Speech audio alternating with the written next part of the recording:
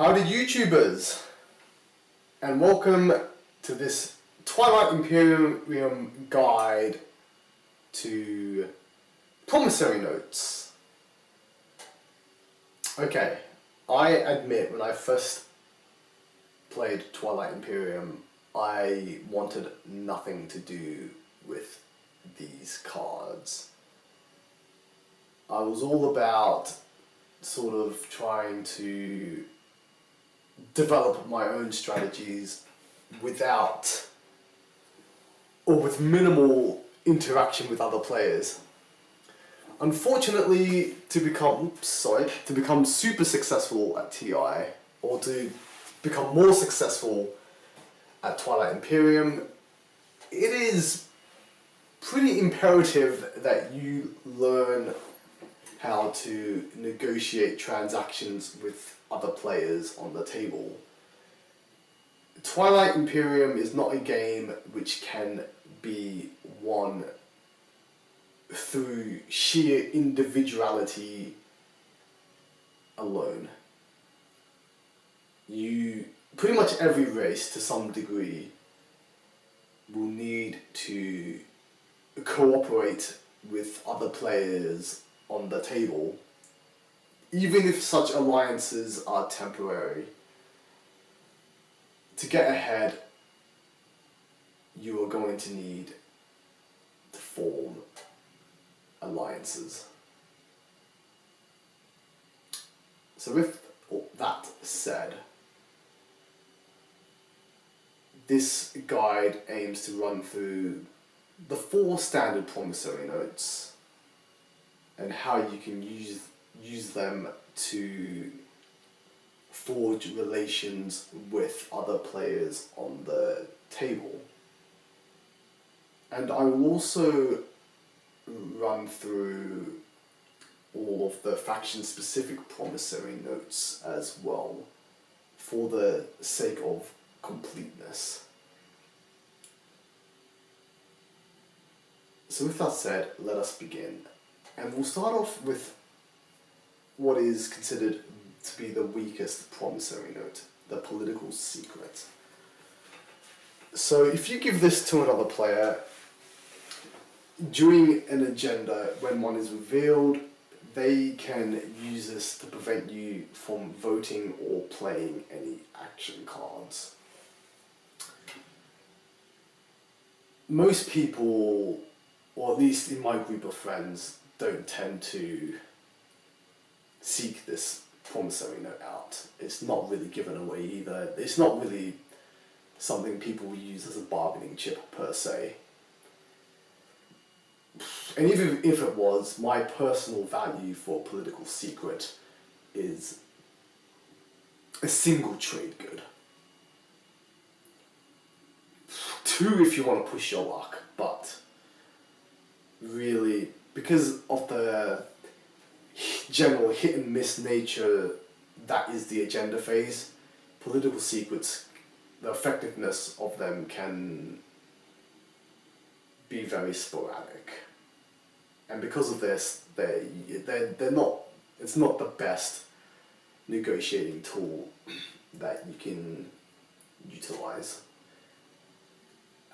That being said, if you want to give someone a small incentive type thing to do a particular action or whatever it is, the political secret is a consideration. But I think in those circumstances, most people would often, give a trade good to someone to do or not do something if it's going to be a small transaction or small offering. But a political secret is an alternative to giving a trade good to someone to not do something or to take a particular action. You should treat it like that sort of thing. It's the sort of promissory note equivalent of a trade good type thing. Swiftly moving on then, the second promissory note I want to talk about is the trade agreement. Now, this is arguably the second worst promissory note available to all the players. And the only reason I say this is because it is race dependent on how powerful a trade agreement is. I value a trade agreement at the equivalent value of the amount of trade goods it can net a player. So for 2 commodity race, I would value their trade agreement at 2 trade goods. A 4 commodity race, 4 trade goods, that sort of thing. Now, races who have a commodity advantage, 4 commodities or more, have really powerful trade agreements. Being able to secure a promise of 4 trade goods to another player holds a lot of swing. That's a lot of negotiation power you have with your trade agreement. And unfortunately, races which only have 2 trade agreements, 2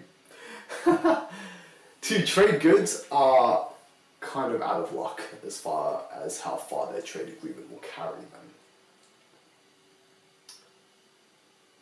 But yes, a trade agreement, depending on the race, can be a very powerful negotiation tool. You can use it as an advance payment to buy, other people's trade agreements maybe, or, buy their signature promissory notes perhaps. That sort of thing. It just depends on the race though, of course.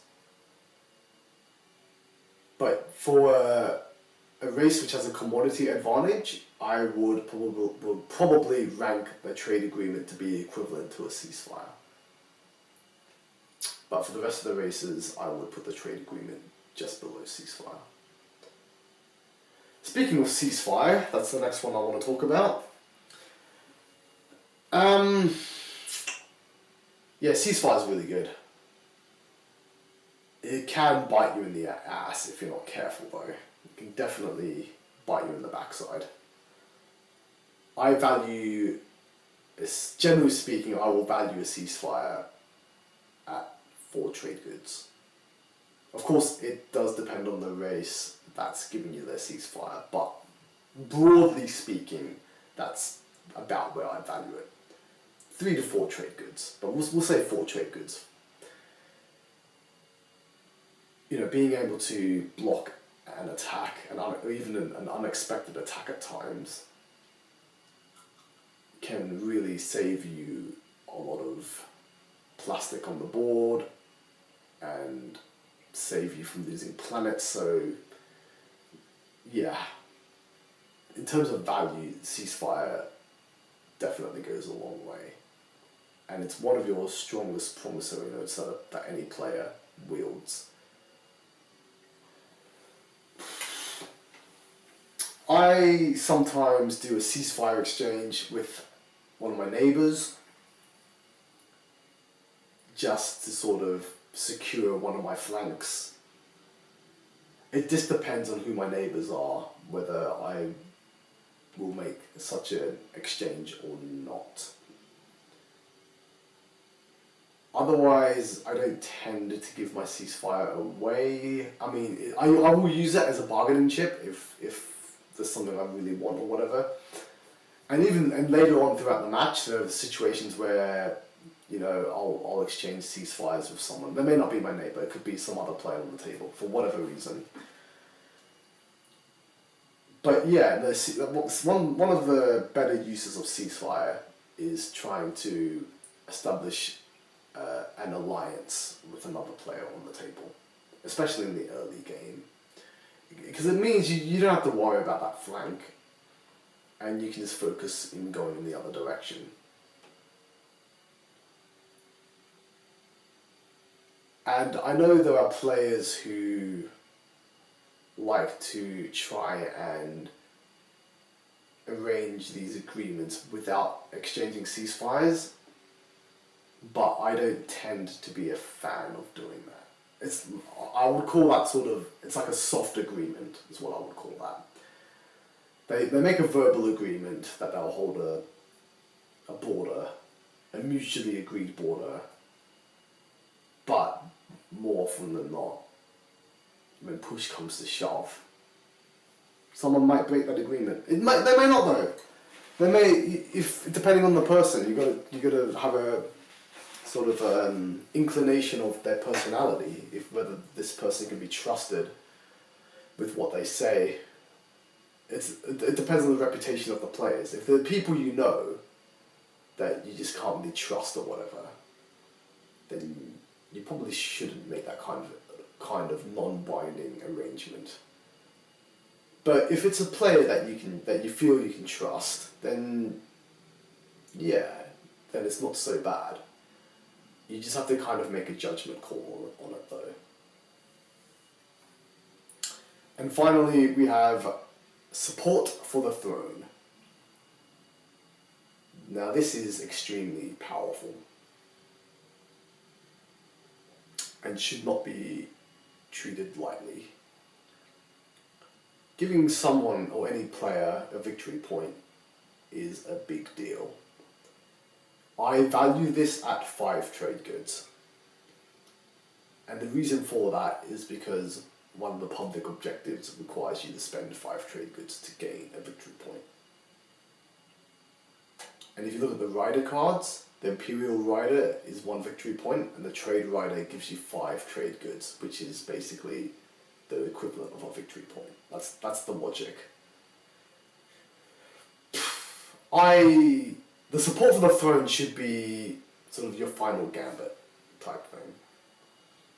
Like something's gone horrifically wrong for you, or you really need to push a certain outcome to go in a certain way.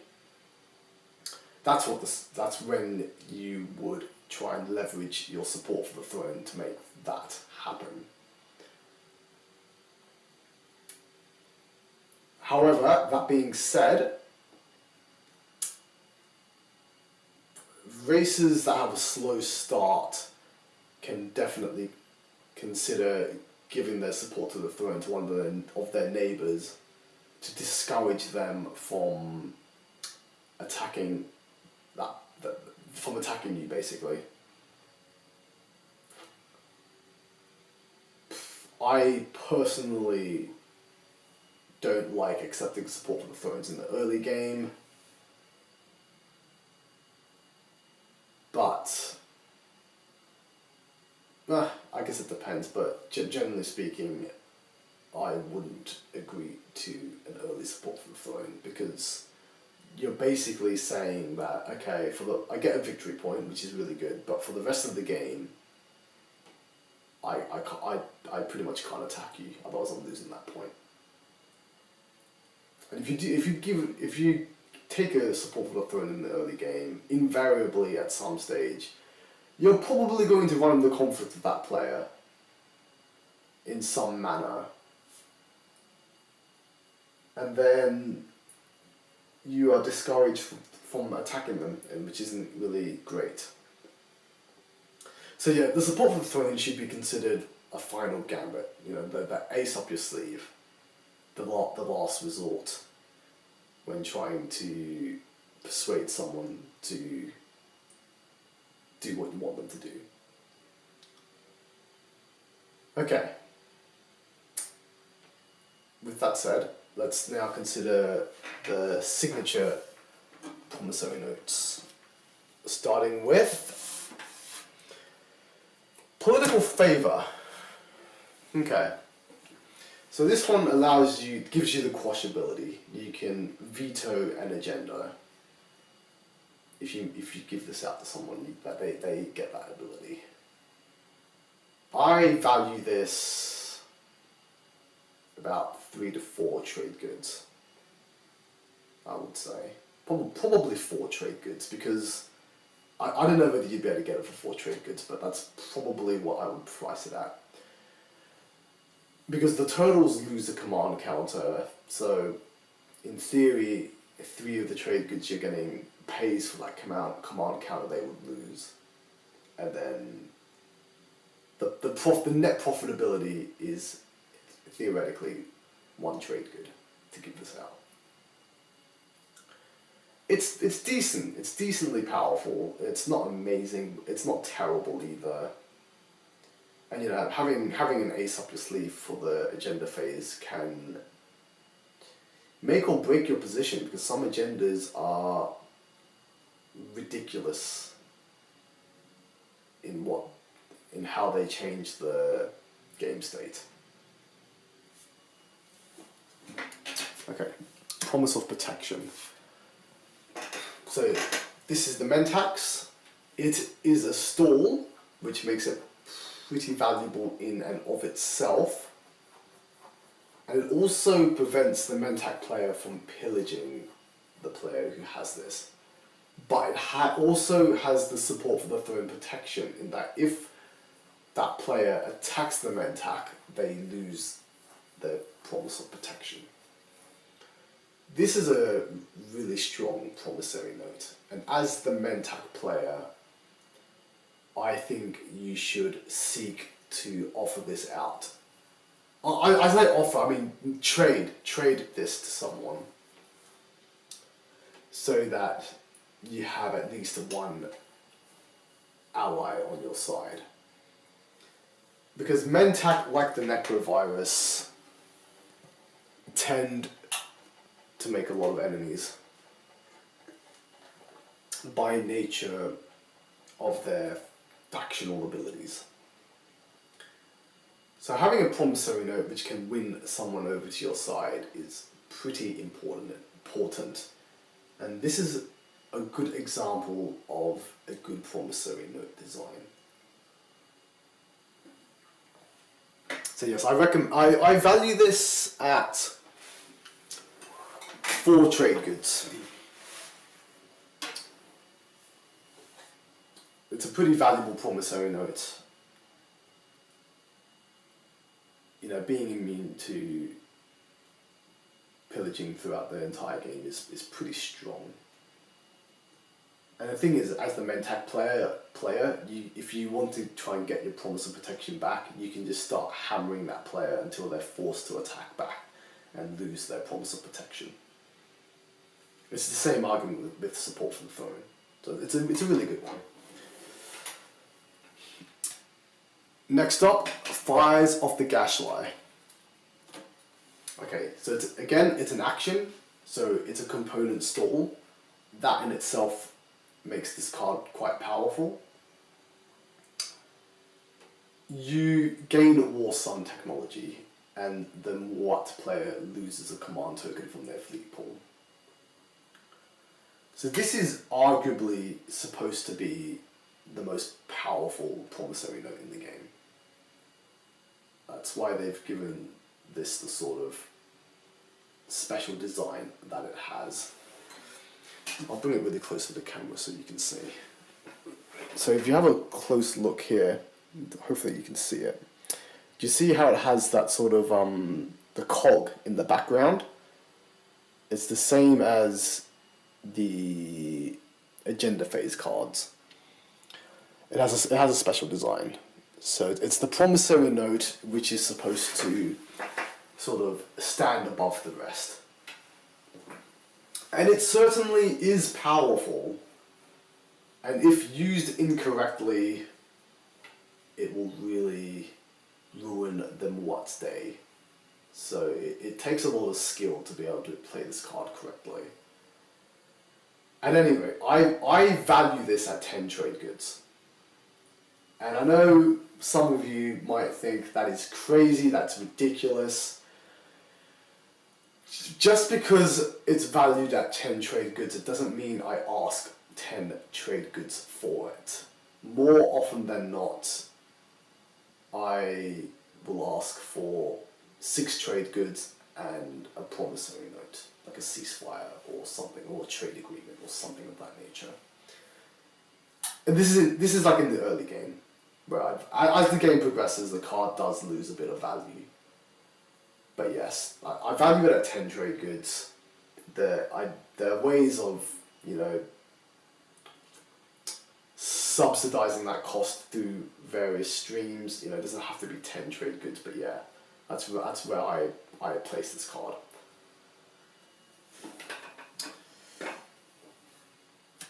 Research agreement.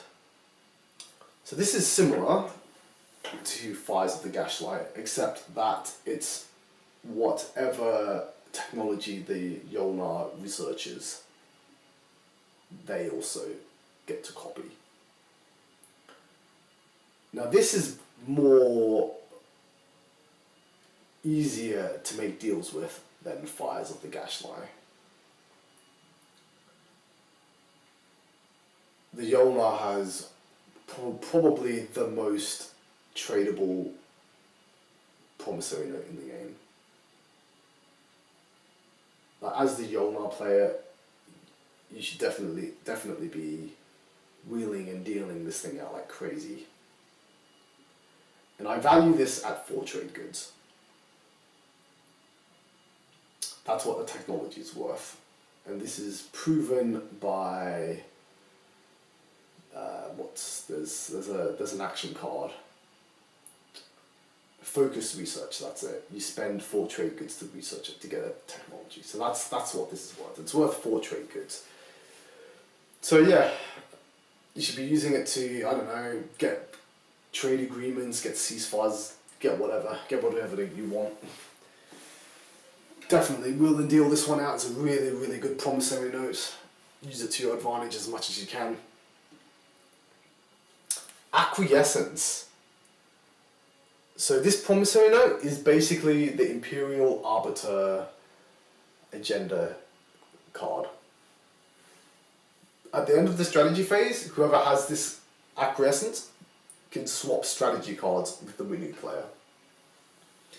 Now this promissory note is ridiculous, in my opinion. It's really, really powerful. I value this at 6 trade goods because it is all 5 to 6 trade goods. Because basically, with it can win you the game if you have this card.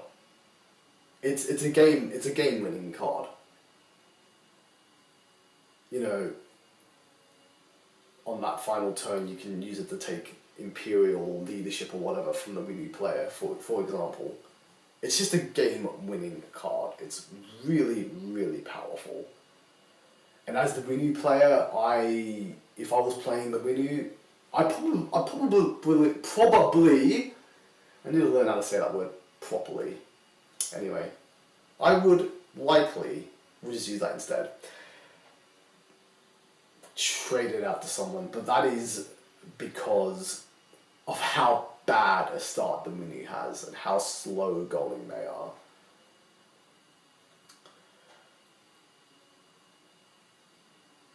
But yeah, the thing with acquiescence is it can really, really backfire towards the late game. So, but I would likely still trade it out to get an early game advantage, because the Winu certainly need it. Creus if. So it allows the player with this card to basically create an additional alpha or beta wormhole or move an alpha or beta wormhole token elsewhere. It's okay. It's okay. It's not great.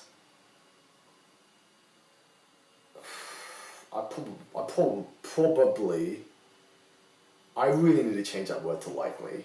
I need to get that into my head. I will likely not pay for it.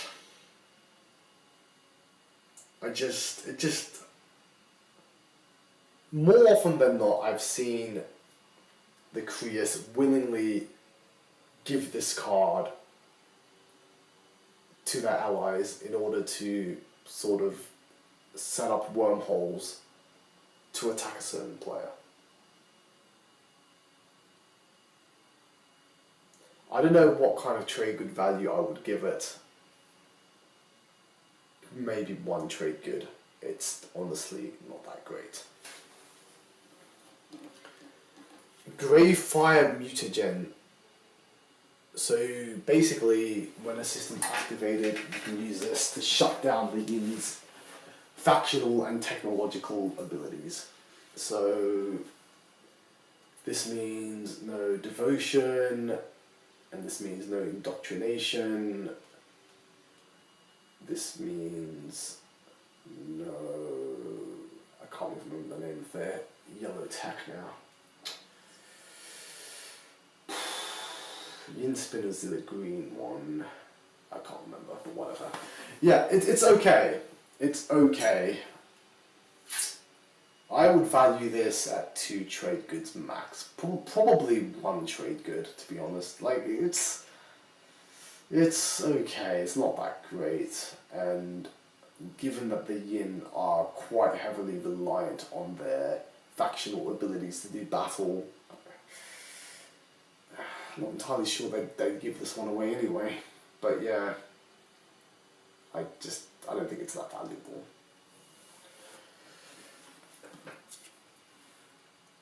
Oh, what the heck?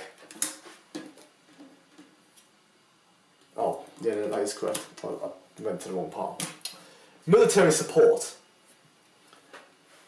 Okay, so basically, you remove a command token from the Soul's strategy if they have it. So if they don't, you're okay in this instance because of the wording.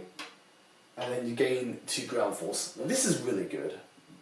The Soul should probably look to, trade this for some money.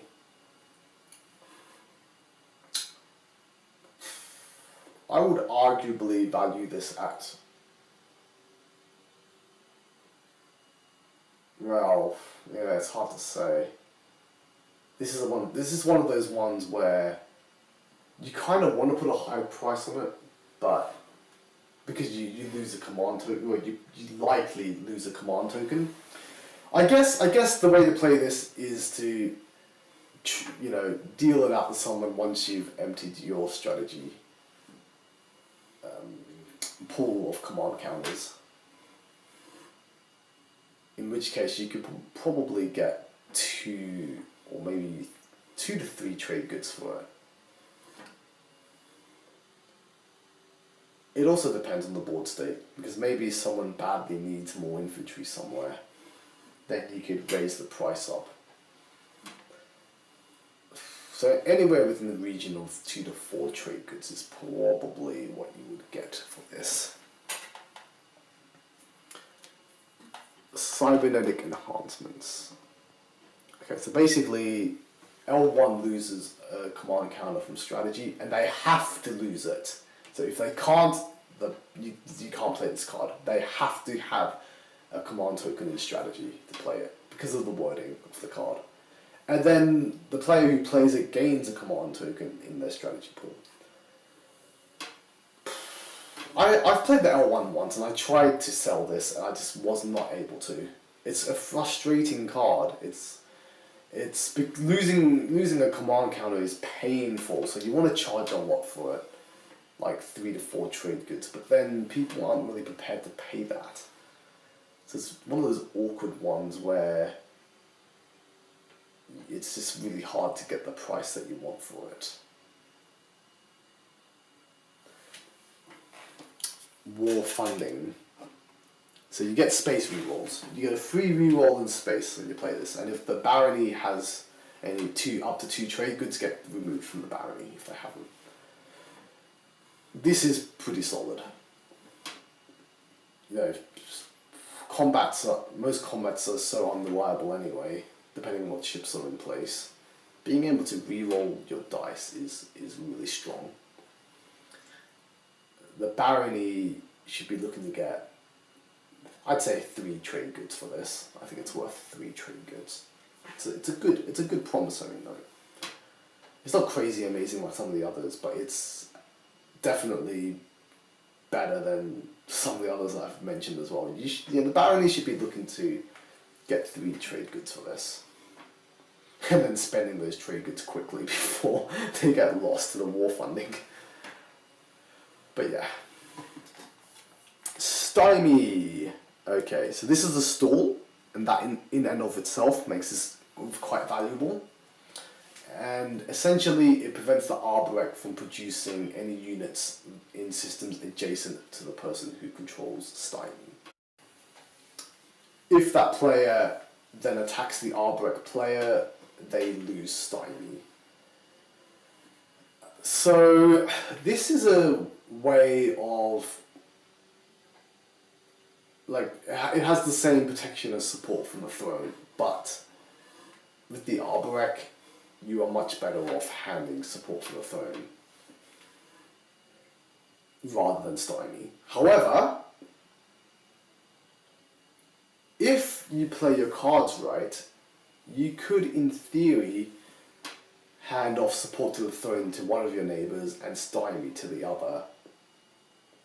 And then you've got protection from both sides, both of your neighbours. And then you can control your pie slice area, and then look to expand later on. But this is kind of risky because Stymie really does hurt the Arborec.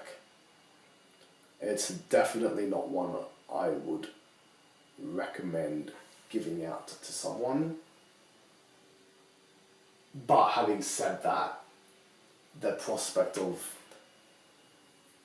getting two neighbours to not attack you is pretty good, I would say. Especially in the early game, and the Arborec have such a shaky early game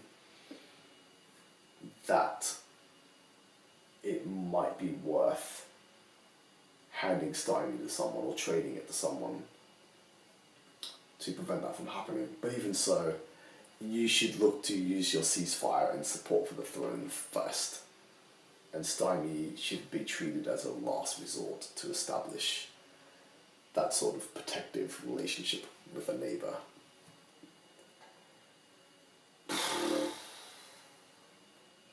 Hard to put a price on this card. I think 4 trade goods for this. It's a stall for the person as well who receives it, which is strong, and the discouraging effect on the Arborec is really crippling, not being able to build units in those adjacent systems. Yeah, about 4 trade goods I think is right. Spynet. So the person who gets this card gets to look at the Saul's hand and take an action card. Now I think this is sort of similar to the Yolnar research agreement. I think a Ysaul player should be dealing this out to someone. Unlike the research agreement, however, you should probably pick 1 or maybe 2 people on the table to deal this out to get stuff off of fun. I guess you could go around the table handing it out to people, but then the thing with that is everyone will have knowledge of what action cards you had in your hand at the time it's played. But if you're playing Ysaul correctly, you should be drawing action cards every turn anyway, so you've got to quickly get, new action cards to sort of provide like more options for what your opponents might send your way, sort of thing. So if I've never played the Ysaul, and I guess I'd like to at some stage potentially. But yeah, I think if I was to play them, I would be wheeling and dealing this thing out like crazy. And I value Spynet at 3 to 4 trade goods, because you're essentially giving a player, the best action cards you have in your hand. I probably value this at 4 trade goods actually. 3 to 4. We'll say 3 to 4. Leave it at that. It is quite strong. And as the Ysaul player, action cards are your thing. So if people know what action cards you have, they can better prepare ways of trying to take you on. Funnily enough, if people know you have action cards, like let's just say you have loads of busted action cards, that in and of itself can deter players from attacking you. So it has that sort of double-edged potential benefit drawback type thing as well.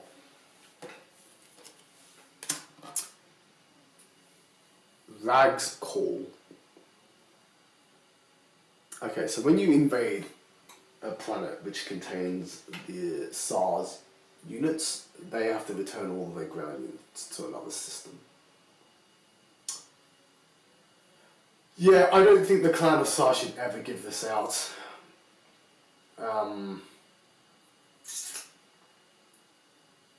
Especially if they hold the center, Mechatol Rex. I think it's just a bad idea giving this out. I would value this at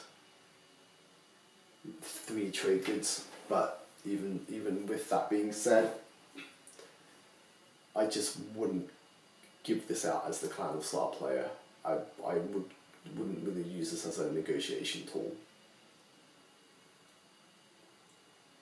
Unless I was really, really desperate or something. Managing your ground force is one of the key aspects of Twilight Imperium, and this card basically just lets someone ruin that aspect of the game for you. So I just don't think you should be trading this one out. Antivirus. Okay, so this one's very similar to the Mentak one. You give this to someone and then you can't steal their technology.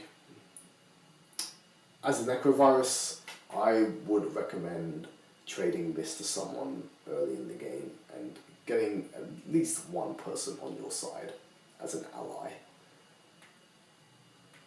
I value this at 4 trade goods, I would say. It's really powerful and it's like a double ceasefire support for the throne type thing. It's like a double support for the throne. When you give this out to someone, both people are the Necrovirus player and the person who has this card are discouraged from attacking each other. The Necrovirus can no longer steal technology, so they don't really need to attack you too much. They'd much rather attack other people to get tech, and then, of course, the person with the antivirus, if they attack the Necro, then they lose the antivirus. So it's a really good card to create a sort of an alliance with the player.